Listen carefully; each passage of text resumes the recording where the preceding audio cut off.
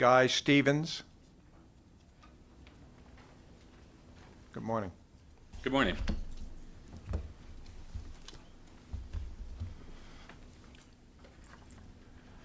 I find it takes me about 3 minutes to get comfortable speaking, so bear with me.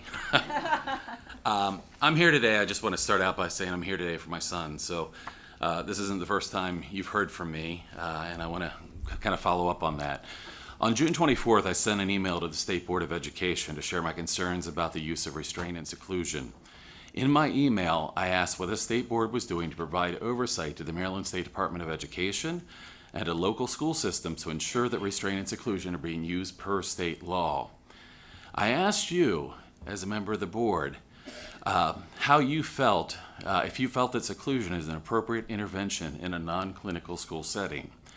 I asked you why you think that 5 states have been able to ban seclusion successfully and Maryland has not. I received a response about a month later. However, the response did not address any of my questions. The letter suggested I was seeking information on the state's board's position on restraint and seclusion, which I was not. I was told that MSDE convened a task force as required by 2017 legislation, and that task force created a report that was shared with the Board of Education. Of course, this does not even answer the question that MSDE had thought I asked.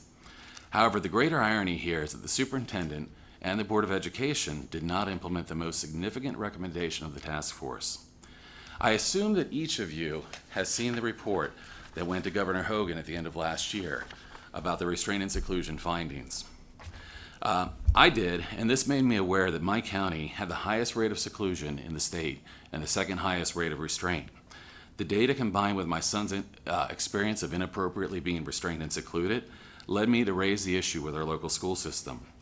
In response to community concerns, our county formed a restraint and seclusion committee, which I was part of, and we recently passed a new policy to reduce and eliminate restraint and seclusion. I applaud Superintendent Curry and the Calvert County Board of Education for taking appropriate action. While it's great progress, what is MSDE doing to lower the rates of restraint and seclusion in other counties that are very high, like Frederick, Charles, Washington, and Baltimore? According to Maryland state law, restraint and seclusion should only be used in situations that involve imminent serious physical harm. This means these crisis management approaches should only be used in life or death situations or situations that could lead to serious bodily injury. The truth is, these situations should be so rare that when a district reports hundreds of them, that MSD should be investigating. I'm sure you're aware these interventions disproportionately impact children with disabilities and minorities, which raises important civil rights issues. This should be a serious concern that is in your attention. There are far better ways to work with children to make our schools safer for the children, teachers, and staff, such as UCARA. UCARA is a trauma-informed crisis management approach that values comfort over control. There are proven models like the collaborative proactive solutions model, which is great at proactively addressing behavior issues.